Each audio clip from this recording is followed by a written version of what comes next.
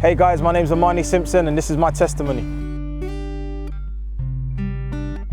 And at 21, I was promoting for an event I was doing and I ended up getting stabbed 7 times in one go. And so after being stabbed and I guess lying there in the ambulance, my mum had been called by a friend of mine and she ran to the ambulance and started praying. Started praying in tongues. She started saying, look, do you know what, Lord, don't take my son. But I remember them throwing her out of the ambulance and saying, look, you can't do that in here, it's distracting us. But what I would say is that my mum brought the presence of God into the ambulance, because if she hadn't done that, I probably wouldn't have spoken to God. I probably would have just, been angry and thought about revenge.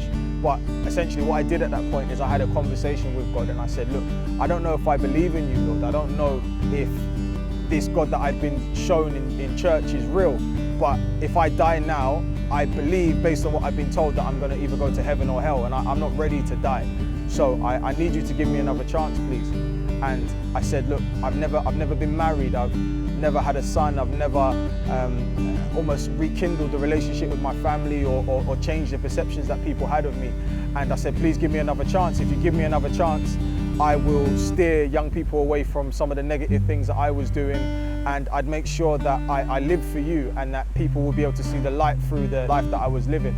And as soon as I said amen, I literally sat up in the chair and I just remember being very awake, very, very aware of what was going on. And when I got to the hospital, the rest of my family and friends had been called and they were quite shocked. And the doctor said to me, look, you've been stabbed 7 times. I don't know how you're still here. I got stabbed in my head. I got stabbed under my arm, in my leg. For me, all these different places, I could have, either bled out or I could have had disabilities off the back of it.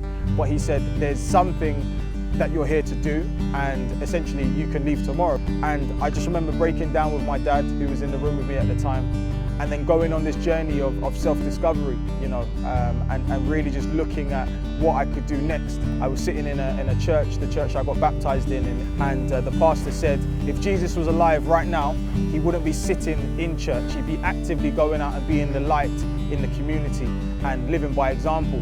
And I was going to start empowering young people with my story, with the experiences that I had.